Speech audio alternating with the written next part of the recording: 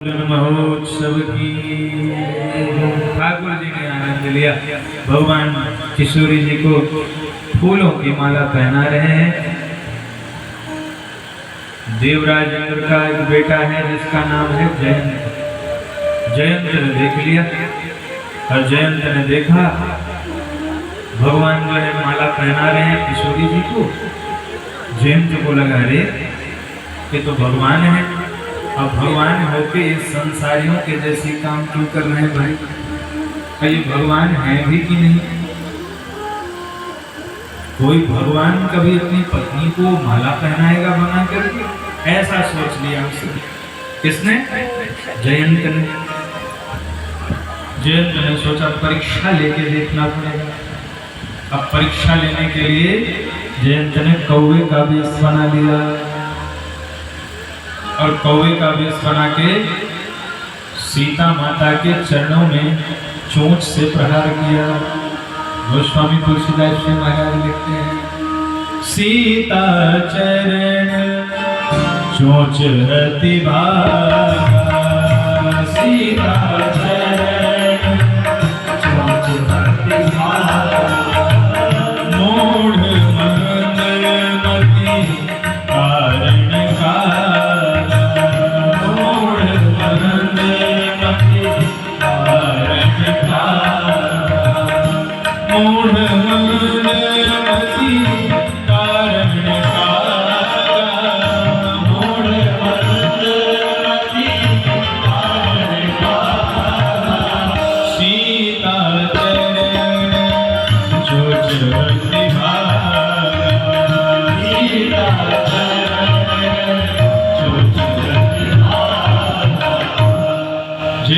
किशोरी जी के चरणों में चोंच से प्रहार किया। उड़ गया, रक्त प्रवाहित हुआ। भगवान रामचंद्र जी को जब पता चला तो भगवान ने क्या किया? भगवान जिस सीख से माला बना रहे थे उसी सीख को ही भगवान ने जयंत की ओर फेंक दिया और वो सीख ही ब्रह्मास्त्र बन गई। संकेत कितना सुंदर है। भगवान कह रहे हैं मेरे पास दो चीज नहीं है, एक ही है, सावधान रहना। ये सीख ही है मेरे पास, यही भक्तों का श्रृंगार करती है और दुष्टों का संहार करती है। अगर भक्त बन करके आओगे तो ये सीख तुम्हारा श्रृंगार करेगी और दुष्टता करोगे तो ये सीख ही ब्रह्मास्त्र बन करके संहार भी कर देगी। भगवान ने सीख को जो फेंका और वो सीख ब्रह्मास्त्र बन गई, भाग चला। देवराज इंद्र के यहाँ गया, पिताश्री मेरी रक्षा कीजिए। इंद्र ने कहा किससे? बोले भगवान राम के बाण से। इंद्र ने कहा भाग जाओ, मेरे पास जगह नहीं है। शंकर भगवान के पास गया तो शंकर भगवान ने भगा दिया, मेरे पास जगह नहीं है, भागो। ब्रह्मा जी के पास गया तो ब्रह्मा जी ने भगा दिया।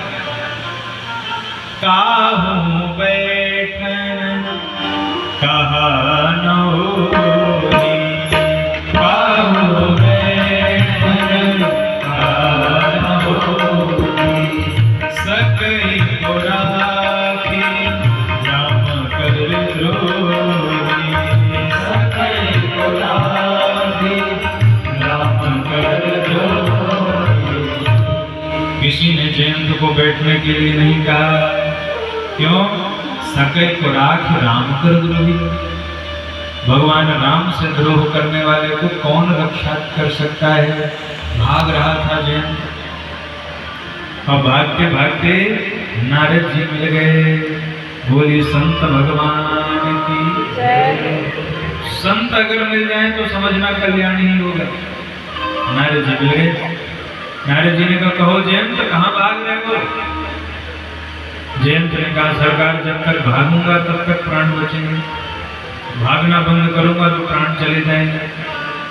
नारद जी ने कहा गलत बोल रहे हो, अगर इस बाण को तुम्हारे प्राण ही लेने होते तो 1 मिनट में ले लेता। ये बाण तुम्हें कुछ शिक्षा दे रहा है। क्या शिक्षा दे रहा है? नारद जी ने कहा पहले यहाँ आओ फिर बताऊं। अब मरता क्या ना करता, नारद जी के पास चला गया। बोले महाराज क्या करें? कहा पहले मुझे पूरी बात बताओ। जयंत ने पूरी बात बताई। नारद जी ने कहा देखो तुमने अपराध किया है भगवान रामचंद्र जी का, और शरण में तुम दूसरे दूसरे देवताओं के जा रहे हो। जिसका अपराध किया है उसी की शरण में जाओ, वही तुम्हारी रक्षा करेगा। अपराध किया राम जी का और शरण में दूसरे दूसरे के जाएगा। जयंत ने कहा कौन सा मुंह लेके जाऊं?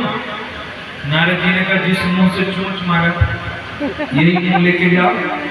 कौआ बन के गए थे, कौआ बन के जाओ। हाँ ठीक है, पर मैं बोलूंगा क्या उनसे? कहा वो मैं बता रहा हूँ।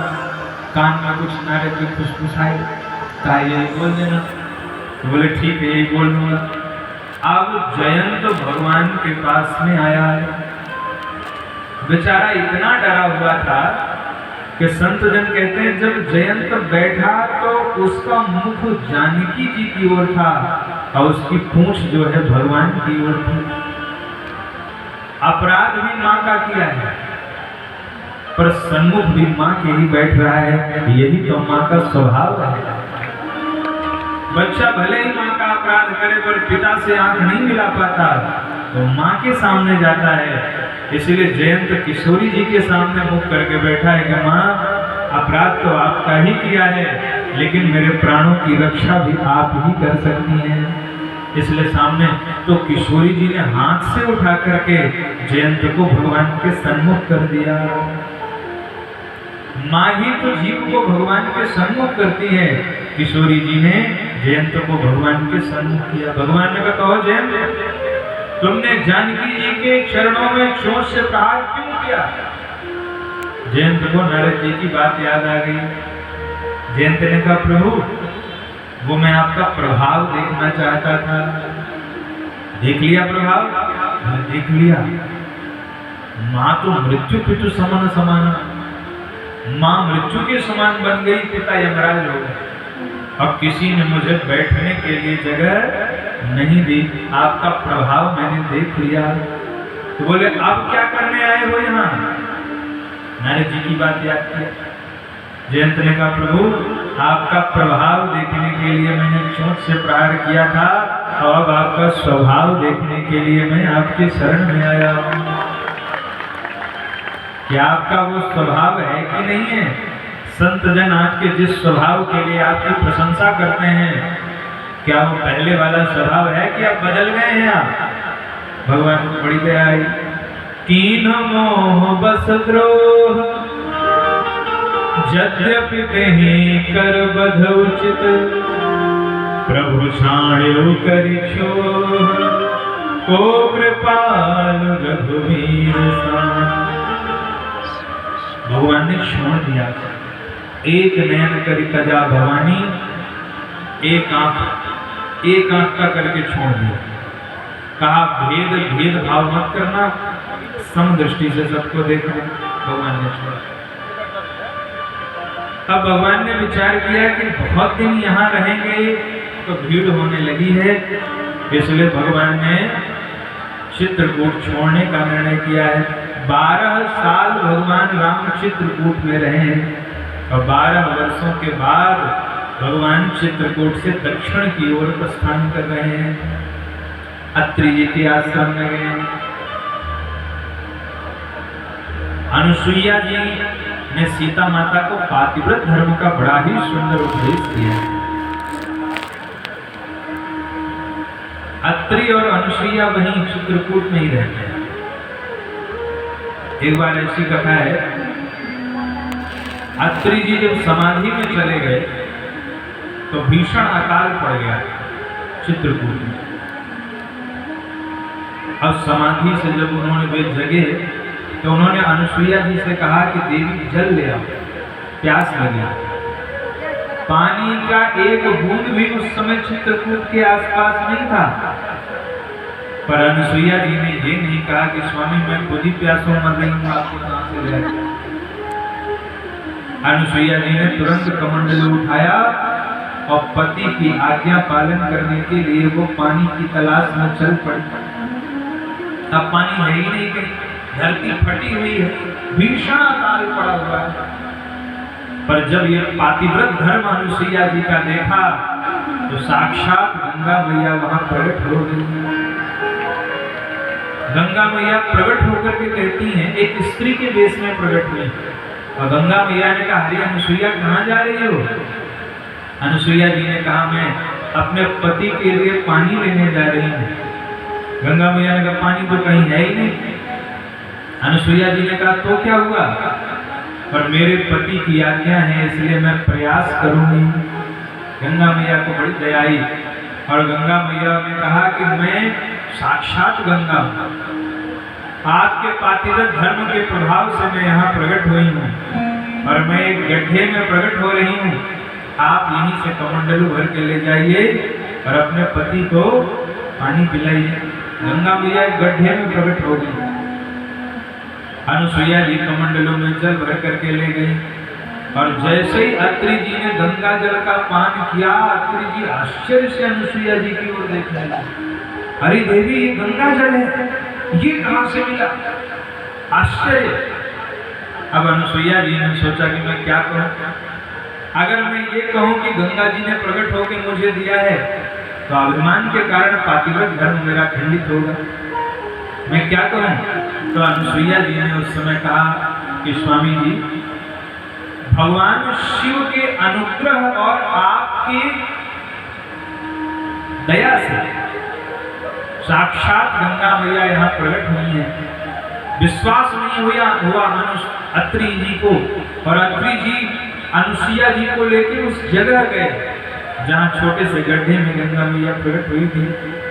अत्रि जी ने स्नान किया, जल पान किया और प्रार्थना करने लगे, हे गंगा मैया, आप हमेशा के लिए इस चित्रकूट में विराजित हो जाइए।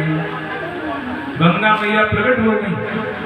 अत्रि महाराज प्रार्थना कर रहे हैं। अनुसुईया जी गंगा मैया ने स्वीकार नहीं किया। गंगा मैया ने कहा, मैं ऐसे नहीं आ सकती। तो अनुसुईया जी ने विचार किया कि मेरे पति प्रार्थना कर रहे हैं, गंगा मैया मान नहीं रही है। तब अनुसुईया जी ने दोनों हाथ जोड़ के कहे, माँ, आप तो माँ हैं, हम सेवक हैं आपके। अगर आप यहाँ प्रकट हो जाएंगी तो हमारे पतिदेव को गंगा स्नान करने के लिए बहुत दूर नहीं जाना पड़ेगा। गंगा मैया ने कहा, अनुसुईया, मैं एक शर्त पर यहाँ प्रकट हो सकती हूँ, अगर तुम स्वीकार करो तब। अनुसुईया जी ने कहा, जी माँ, आप क्या कहना चाह रही हैं? गंगा जी ने कहा, अगर तुम 1 वर्ष के पातिव्रत धर्म का पुण्य मुझे प्रदान कर दो तो मैं यहाँ पर प्रकट हो सकती हूँ। साक्षात गंगा मैया अनुसुईया जी से कह रही हैं कि आप अपने 1 वर्ष का पातिव्रत धर्म मुझे दीजिए। और वहां गंगा मैया ने एक बात कही, आप जैसी पतिव्रता नारियां जब मुझ में स्नान करती हैं तो मैं निष्पाप हो जाती हूँ। गंगा मैया कह रही है अनुसुईया जी से कि आप जैसी पतिव्रता नारियों को देख करके मैं निष्पाप होती हूँ, इसलिए आप 1 साल के पातिव्रत धर्म का पुण्य मुझे दीजिए। सहर्ष स्वीकार कर लिया अनुसुईया जी ने और जब 1 वर्ष का पातिव्रत धर्म दे दिया तो गंगा मैया वहां पर मंदाकिनी के रूप में प्रकट हो गई। बोले मंदाकिनी मैया की जय। साक्षात गंगा जी प्रकट हुई और जब ये भक्ति भाव देखा तो हमारे भोले बाबा भी वहां प्रकट हो गए। शंकर भगवान प्रकट हुए। अत्रि महाराज ने प्रणाम किया और भगवान शिव ने कहा, वरदान मांगो। तो अत्रि मुनि कहते हैं, प्रभु गंगा जी ने तो कृपा कर दी और जो आप भी अगर कृपा कर दें तो आनंद हो जाए। भगवान शिव ने आशीर्वाद दिया, बोले आज से मैं यहाँ अत्रीश्वर महादेव के रूप में विद्यमान रहूंगा। जो भी मेरा दर्शन करेंगे, गंगा जल चढ़ाएंगे, उनको मेरे ही धाम की प्राप्ति हो जाएगी। बोले शंकर भगवान की। ये अत्रि और अनुसुईया की पवित्र कथा है। भोले बाबा प्रकट हुए हैं। आइए एक बार हम लोग भी भगवान शिव की शरण में चलें। सभी लोग भाव से शंकर भगवान का स्मरण करेंगे। बोलिए शंकर भगवान की।